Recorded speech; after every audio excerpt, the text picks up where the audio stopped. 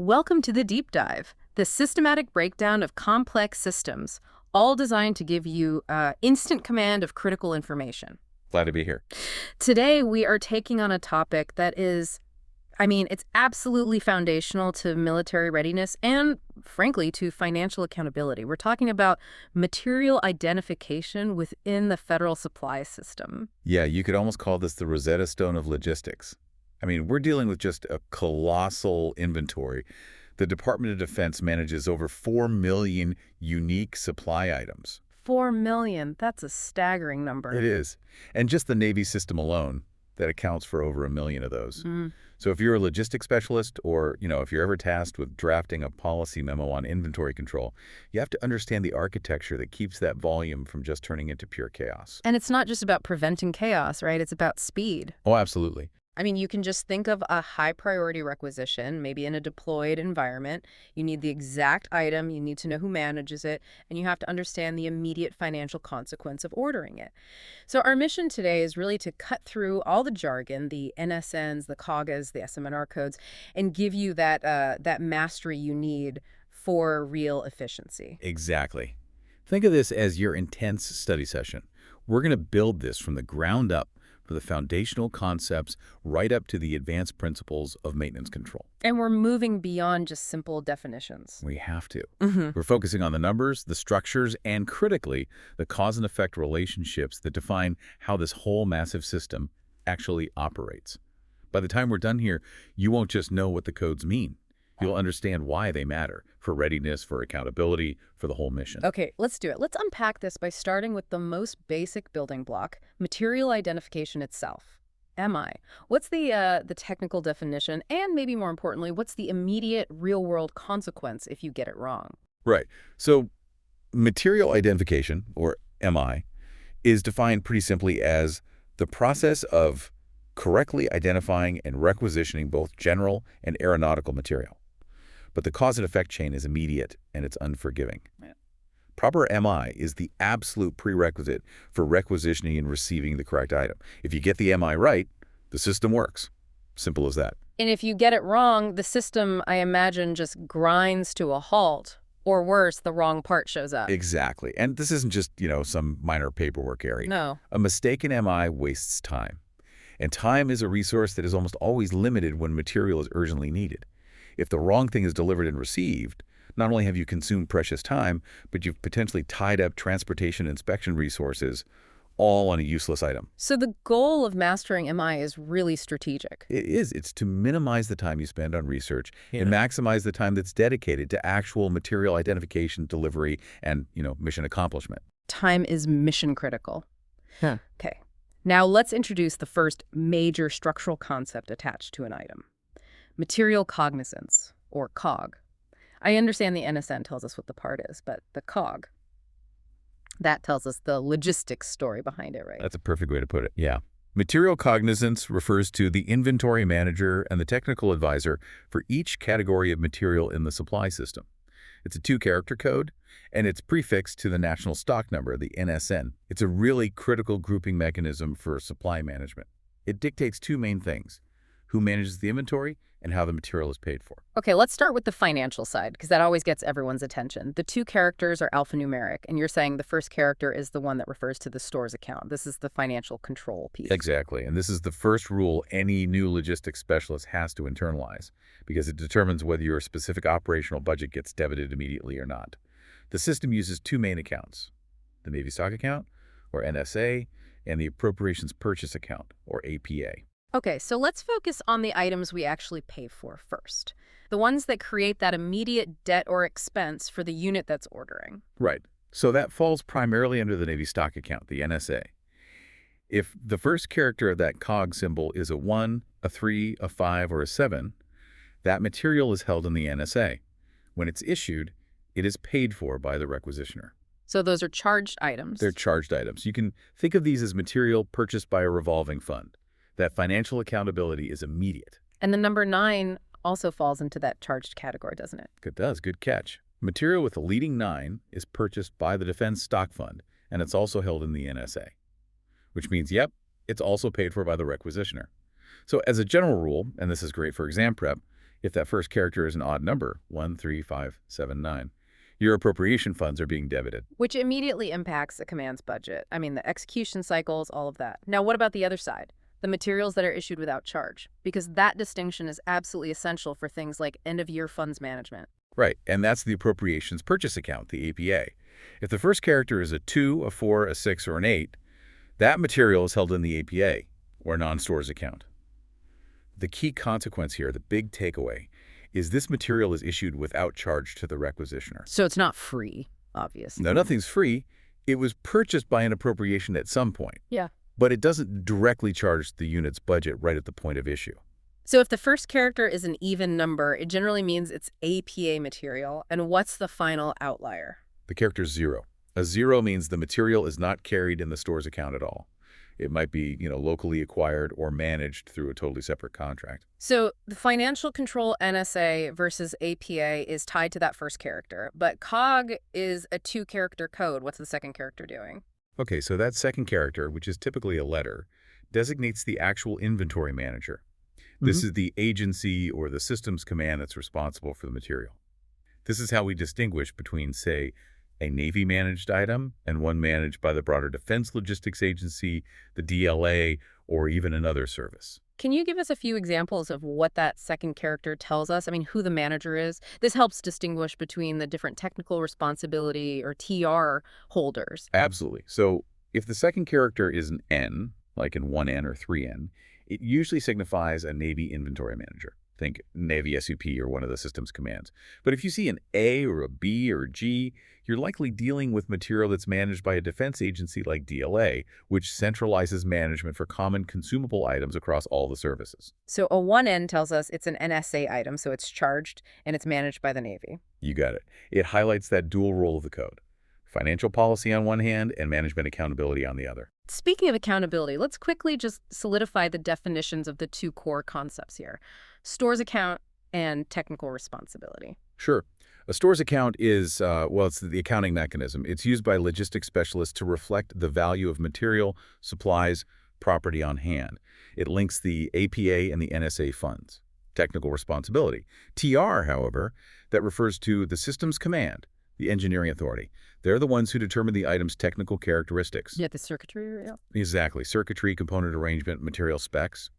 The TR holder dictates the quality and the design, even if the inventory manager, the COG holder, handles the buying and the storing. What's fascinating here is the policy insight. The COG symbol isn't just for inventory tracking, it's really setting the boundary of accountability. An odd-numbered COG forces the requisitioner to really consider the financial impact before they order, driving, more disciplined inventory control at the unit level. Precisely. If we connect this to the bigger picture, an item with a COG starting with an odd number creates an immediate auditable expense. An item starting with an even number, while it still needs to be tracked, doesn't immediately burden the command's operating funds, which can affect long-term planning. Okay, perfect. Let's take a quick pause for a recap here before we move on to the universal code. Good idea. So, recap point 1, COG basics. Material cognizance is that 2-character code telling you who manages the inventory, that's the second character, and how the material is paid for, that's the first character. And remember that financial rule, odd numbers, 1, 3, 5, 7, 9 mean you pay via the NSA. Even numbers, 2, 4, 6, 8 mean it's issued without charge via the APA. That distinction is the policy driver for your budget execution. All right, we've established the financial and management rules with the COG. Now we need the universal, unambiguous language to apply those rules globally. And that brings us to the core of this whole system, the National Stock Number, or NSN. The NSN is the 13-digit numerical stock number assigned to an item of supply. It is the single primary tool for accurate identification, not just in the DoD, but across all NATO nations. Its goal is global standardization, making sure that screw A is the same screw A, whether you're in Norfolk or you're in Naples. And let's break down the structure. 13 digits, and they're split into 2 major parts. 4 digits followed by 9 digits. Correct. The NSN is composed of the first 4 digits, which make up the Federal Supply Classification, or FSC, group and class. Yeah. And that's followed by the 9 digits that make up the National Item Identification Number, or NIN. So 4 plus 9 equals 13. The first 4 tell us the generic classification, and the next 9 give us the unique, differentiated identity. Let's start with the FSC. The Federal Supply Classification is a standardized system. And it was developed by the U.S. government to categorize all items of supply used by the federal government. It's a vast hierarchical taxonomy. And those four digits are then divided even further into group and class. Yes. The first two digits define the group, which is the major division of commodities. We have 78 established groups currently, though, not all of them are active or assigned. For example, Group 53 is hardware and abrasives. Group 47 is piping, tubing, hose, and fittings. And Group 16 is dedicated entirely to aircraft components and accessories. Right. Level of granularity is essential. Just by looking at the first two digits, a logistics officer can instantly narrow the search down to a major commodity category. Absolutely. And then the next two digits define the class, which subdivides that group. So sticking with Group 47, Class 4730 is specifically hose, flexible tubing, and fittings. Whereas Group is 53, Class 5005 is specifically screws. There are about 600 classes across those 78 groups. This is really where the time savings happen, isn't it? If I see an NSN that starts with 4730, I immediately know I'm looking for a specific type of piping or fitting. I can skip searching through entire catalogs of electronics or clothing. That structural knowledge just accelerates processing time enormously. The structure provides immediate context, which is vital when you're working with millions of parts. Now, let's break down that 9-digit NIIN. It is not just 9 random numbers. Right. The NIN starts with the two digits that follow the FSC. That's the National Codification Eurocode, or NCB code. These are the 5th and 6th positions of the full NSN. And the NCB code identifies the NATO country that originally cataloged the item of supply. This is a fascinating layer because it's fundamental to ensuring interoperability across allied forces. It eliminates duplicate entries for the exact same physical part. How does the NCB code actively mitigate those duplication issues? I mean, especially when an item might be manufactured in several different countries. Well, it creates a single cataloging authority. Once a nation assigns an NCB code to an item and submits the technical data, that item gets a NATO stock number. And while other countries might subsequently buy or even produce the item, the original NCB code and the item's unique identity remains tied to the country that did the initial cataloging. This prevents, for instance, the US and Canada from assigning two different 13-digit numbers to the exact same wrench. So what are some of the key codes we'll see? The codes 00 and 01 both designate the United States. Since we lead the system, most items you encounter will have that prefix, but you'll definitely see others, particularly in aviation and electronics. 12 is for West Germany, 21 is for Canada, 99 for the United Kingdom, and so on. This code gives you immediate traceability back to the original source of the technical data package. And finally, the remaining 7 digits of the NIN. Those last 7 digits, they provide the absolutely unique differentiating identifier for that specific item within that NCB code structure. They ensure that even if two screws fall under the same group, class, and NCB code, they still have unique numbers differentiating their specific dimensions, materials, or characteristics. The NIIN is what links to the technical data that makes it different from every other item in the system. So just to reiterate the full structure, the NIN is that 9-digit number that identifies each specific item of supply used by the DoD. That's the unique part. Correct. The ultimate purpose of the NSN is unambiguous identification. It guarantees that when you order a 530501 XXXXXXX, you get the precisely documented screw cataloged by the U.S. belonging to the hardware group. This is a perfect point to pause and really solidify that critical structure. Okay, recap point 2. NSN structure. The 13-digit NSN is the universal identifier. The structure is 427. 4 digits, the FSC, tell us what the item is, the group and class. 2 digits, the NCB code, tell us who cataloged it, US, UK, Germany, and so on. And the remaining 7 digits give us the unique item identity. Mastering this 427 breakdown is the fastest way to accelerate your research and requisition processing time. Okay, we've identified the item with the NSN and we've established the financial parameters with the COG. But how does the inventory manager control the item operationally? This is where they apply policy drivers related to, how fast it moves and whether it's repairable. We're talking about material control codes, or MCC. The MCC is a single alphabetical character. It's assigned by the inventory manager, and its whole purpose is segregation. It's to divide millions of items into manageable groups, primarily based on demand velocity and repairability. The single character is the supply system's internal flag for strategic inventory planning. So this single letter is driving stocking decisions, forecasting, even contract strategy. Let's look at the definitions and maybe prioritize how they translate into actual inventory policy. Right. The MCC determines how the item is tracked, how it's stocked, and whether we expect it to be repaired or just consumed. For instance, the codes M and S, they deal with velocity. M designates medium demand velocity items. These are consumables. Okay. S designates slow demand velocity items, also consumables. So an MCCM item is going to have a higher reorder point. It'll be stocked in greater quantities than an MCCS item, and that directly impacts your storage footprint and the required depth of spares. Precisely. Then you get into the high value, high accountability repairables. The code D stands for depot level repairables. These are designed for intensive management under programs like the IRAM program, Intermediate Repairables Asset Management. These are items that are subject to really rigorous tracking and maintenance cycling. And what about the repairables that aren't designated D? They often fall under HA. H designates depot-level repairables that are not assigned to those specific intensive management codes, like D, E, Q, or X. The real distinction lies in the intensity of the centralized tracking and the specific repair program they fall under. Now we have specialized codes, X and Z. Yes, X is for special program repairables, and Z is for special program consumables. These might be linked to, highly sensitive or classified projects or items governed by unique inter-service agreements. The relevance of the MCC is just profound because it translates directly into procurement forecasting. You manage a fast-moving, low-cost consumable completely differently than a high-cost, slow-moving repairable. And the MCC is the logistical signal that ensures that consistent treatment. That single letter is a powerful policy driver. Okay, now let's layer on the technical constraints. Let's use the Special Material Identification Codes, or SMIC. The SINIC is an additional two-character alphanumeric code, and it's attached to the NSN. It's essentially a warning label or an instruction set that's imposed by the technical authority, the TR holder we talked about earlier. It ensures that the technical integrity of the material is maintained throughout the entire logistics process. But why do we need a SMIC when we already have the NSN and the cage code? What specific types of controls does it impose that the others don't?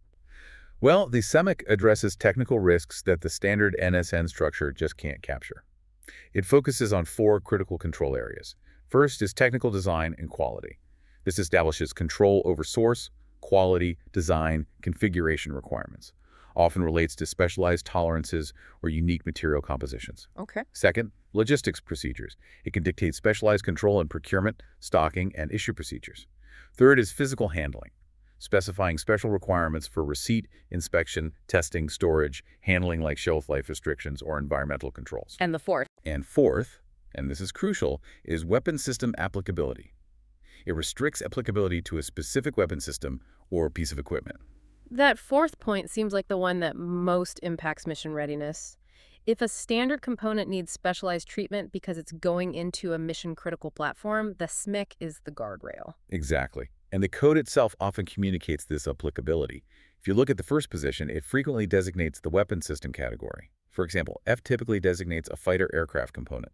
S can mean submarine or anti-submarine aircraft. M might designate a specific model, like F4 fighter aircraft material. And the second position fine-tunes that even further. Right. The second position details the specific system or equipment type. A FRINT might designate attack aircraft. E might be special electronic aircraft. Q is often for turboprop engines. And T can specify a trainer or cargo transport aircraft. So a combination like FE means you have an item requiring special handling related to a specific electronic system on a fighter aircraft. The logistics system has to treat that item differently than a common shelf part to make sure the TR's requirements are met. The SMIC, therefore, is the technical compliance overlay. It prevents the commingling of standard parts with those that require hyper-specific quality assurance or a weapon system pedigree. It's an instruction set bundled into 2 characters that prevents high-stakes failures. It's the gatekeeper for technical integrity, no doubt about it. Let's consolidate this section on these control mechanisms. Okay, recap point 3, control codes. The MCC, a single letter, tells us how fast an item moves and if it is designated as a repairable. This fundamentally dictates inventory and forecasting policy. The SEC, 2 characters, overlays special technical requirements and specifies the weapon system it applies to. It serves as a technical guardrail to ensure quality control and proper handling procedures are met throughout the asset's lifecycle. We've focused so far on items with permanent, centrally managed NSNs, but this massive federal supply system is constantly evolving, right? It's introducing new parts, and sometimes a permanent NSN simply hasn't been assigned yet. How does the system maintain control and tracking over these local or temporary items? This is the realm of the Navy Item Control Number, or the NICN. It's the system's way of dealing with temporary or locally managed material while still maintaining that standardized 13-digit format for ease of automation. Yeah. The NICN identifies an item of supply that has not yet been permanently assigned an NSN. So it's a placeholder. It allows the item to enter the automated supply chain while its long-term status is still being determined. Precisely. And the structure mirrors the NSN. It's 13 digits. It starts with the FSC, the first 4 digits. Then it's followed by a Navy Item Control, or NIC number. These are letters that occupy the 5th and 6th position. And finally, a serial number from the 7th through the 13th position. The letter combination in that 5th and 6th plot is what determines its longevity. Let's distinguish between the types of NICNs, starting with the permanent category. Okay, so we have the permanent LL-coded NICNs. The LL in the 5th and 6th position signifies that these items are maintained locally by field activities. They typically items with specialized low demand that aren't expected to meet the criteria for a national NSN assignment. They're permanent in the sense that they will probably remain NICNs. That makes sense for highly spiralized, maybe site-specific maintenance requirements. They need to be tracked locally, but central management doesn't need to fund or control them nationally. Right. Now contrast that with the temporary LX-coded NICNs. The LX is used specifically by the Defense Logistics Information Service, DLIS, to establish and maintain automated file records for items that are currently pending assignment of a permanent NSN. So the LX&ICN is a critical transitionary status that allows for data collection. What happens after the demand for that item is tracked? Well, the LX-NICN serves a crucial policy function. It allows the logistics system to collect demand history. If the demand justifies centralized management, the NICN is converted into a full NSN. If the demand projection is too low, the NICN is just deleted, and the material is either handled locally or phased out. This whole process prevents the central supply system from being clogged with non-essential, low-demand items. And then we have the shipboard variation, the local item control number, or LICN. The LICN is essentially the NICN, just adapted for shipboard stocked consumables. It maintains the same NSN-SEN structure, but the NIC number code area positions 5 and 6 uses LL, and the rest of the number area is usually all numeric. This is for basic stock records for local use only, like tools or basic cleaning supplies that are accounted for internally. So the system has these impressive mechanisms to track material even before it enters the formal national catalog. Now, let's turn our attention to the documentation that supports these items, starting with the Technical Manual Identification Numbering System, TMINS. TMINS is the standardized plan for classifying, indexing, and numbering Navy technical manuals. Its brilliance really lies in the fact that its 13-character number is deliberately patterned after the 13-digit NSN. So the technical manual for a component inherits the same numerical logic as the component itself. That ensures standardization and easy cross-referencing. Absolutely. And finally, to ensure strict quality control and traceability, we have to link the item not just to the catalog, but to the specific entity that made it. And this uses the part number and the Commercial and Government Entity Code, or CAGE code. The part number is the identifier assigned by the manufacturer, used alongside technical data model, series, things like that. But the CAGE code is the unique identifier for that manufacturer or vendor. It is a 5-digit alphanumeric code assigned by the Federal Supply Cataloging Program.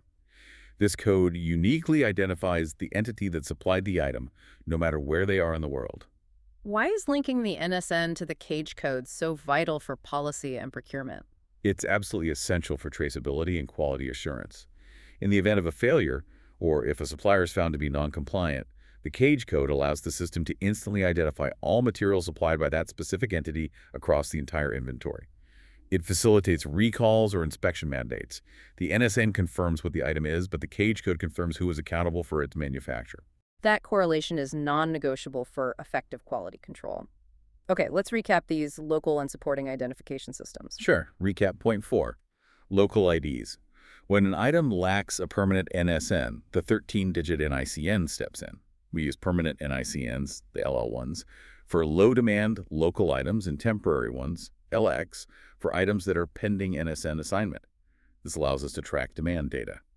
And critically, the 5-digit CAGE code provides the necessary technical and procurement traceability, identifying precisely who manufactured the item for accountability purposes. The supply chain moves millions of items, and many of them are bulk materials that don't fit neatly into a cardboard box with a sticker on it. Identification has to translate to the physical world, especially for safety and material integrity. Let's look at continuous identification marking, CIM, for metal products. Right. When you're dealing with bulk stock like bar stock, plates, or pipe CIM is crucial. It's the marking that's applied with heavy ink or paint that appears at set intervals all along the length of the stock. It ensures that even when a piece is cut, the remainder still carries the necessary identification. And this is all governed by FED STD 1830C, which mandates the marking requirements for iron, steel, and non-ferrous metal products. What are the three non-negotiable pieces of information required on that continuous marking? You absolutely need three things. One, the producer's name or trademark. Two, the commercial designation of the material, so the specific alloy or grade. And three, the registered trademark of the manufacturer.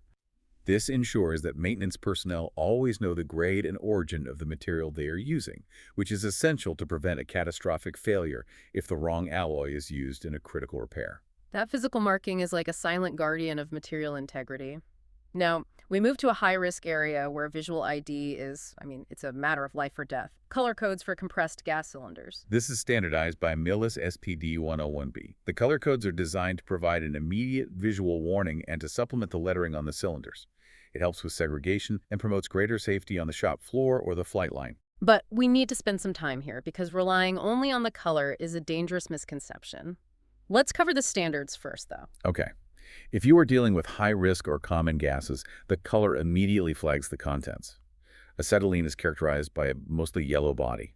Oxygen for aviators breathing is mostly green with distinct bands. Hydrogen is marked with a combination of red, yellow, white, and a gray body. And carbon dioxide for fire suppression is universally marked in red. The visual cue is fast, but given the critical nature of these materials, we were talking about breathable air, highly flammable gases, or toxic substances. What is a non-negotiable safety policy for identification? This is where we have to emphasize the policy mandate. Dependence should never, ever be placed only on the color coding. Paint can fade, it could be reapplied incorrectly, or it could be misread in poor lighting. Positive identification of each gas depends upon three elements: the stencil name, the color code of the cylinder, and the indented name on the valve body. The valve body inscription is the permanent manufacturer-applied identification, and any logistics specialist must enforce a policy that mandates confirming this inscription before you connect a cylinder. That is the critical application insight. Enforce positive identification by requiring that valve body check.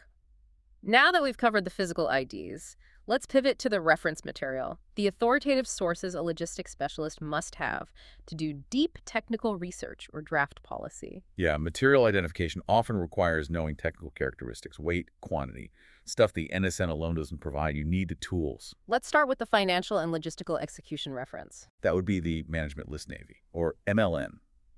This publication provides the current data that's essential for requisitioning.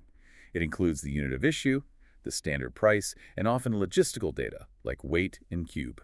It is the tactical execution reference. Then we have the documents that establish the authorized stocking levels, allowance lists and load lists. Right. Allowance lists detail the authorized and recommended quantities that should be on hand for a unit, based on its mission, its equipment, and its operating environment. Load lists, on the other hand, focus on the range and depth of material carried by combat logistics forces, or CLF, ships. Think tenders and supply vessels. This ensures they can support the fleet appropriately. And replacing those massive, often cumbersome microfiche catalogs is the digital workhorse. Federal logistics data or a FedLog. FedLog is the essential, comprehensive digital data retrieval system. It allows the user to query and retrieve vast amounts of cataloging data, effectively replacing all those old physical catalogs. Its utility is just massive because it allows you to search based on almost any known criteria: part number, gauge code, NSN, NIN, or even an engine number. If you need technical data on an NSN, FedLog is where you start. We also have the specialized tool for deployed fleet operations, the Afloat Shopping Guide, the ASG. The ASG really simplifies the process. It's distributed on CD-ROM, and it assists the fleet in identifying the NSN items most frequently requested by ships. It provides detailed descriptions and specifications that are specifically tailored to this shipboard operating environment. And finally, the essential resource for hazard mitigation, the Hazardous Material Information System, HMIS. HMIS provides all the detailed information concerning the use, procurement, receipt, storage, and expenditure of hazardous material.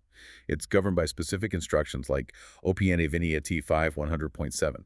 It contains everything you need for protective handling, spill mitigation, and disposal. Okay, let's lock in this section on physical safety and reference tools. Recap point 5.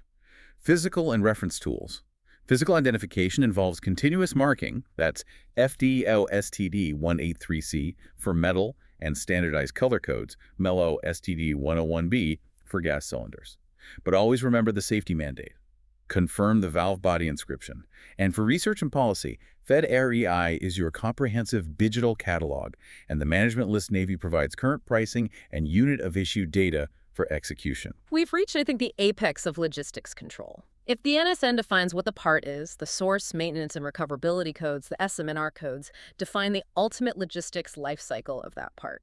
This is the ultimate blueprint. It defines acquisition, support, repair, and disposal. This is a crucial concept. It's essential for both maintenance technicians and policy planners. The SM&R code is a 6-position alphanumeric code that controls the entire asset management process. It tells you how we acquired the part, who is allowed to fix it, and what happens to it when it's damaged. Let's break down the structure of these 6 positions. This is critical for exam prep and for developing localized maintenance policy. The structure is rigid and it's precise. Positions 1 and 2 are the source code. That's how the item is acquired and stocked. Okay. Positions 3 and 4 are the maintenance codes. That's the level authorized to use, maintain, replace, or repair the item.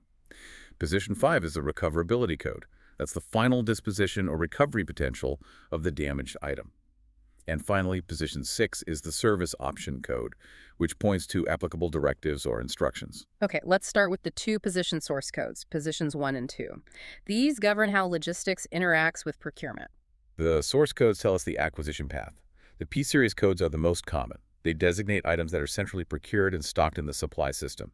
If a code starts with PA or PB, logistics buys the final product. And K-series. K-series identify items that are included in kits and are not normally stocked or issued individually. They often lack a standalone NSN because they're bundled components. Then you have the M-series. This is where logistics shifts from procurement to supporting production. These items are authorized for manufacture or fabrication at some level of maintenance. A good example is complex wiring harnesses or custom hose assemblies. Logistics buys the raw wire, the hoses, the fittings, but maintenance creates the final item. And the A-series is similar. Very similar. A-series items are authorized for assembly at some level of maintenance, so putting together purchase components to form a larger assembly. And last, the X-series. These identify items for which no demand is anticipated, like specialized historical reference material or items for one-time specialized projects. So the source code is the policy driver that determines whether a requisition is filled with an already existing item or if it kicks off a local manufacturing or assembly process. That's a huge distinction for a maintenance shop's workload. It is. Now for the heart of maintenance control.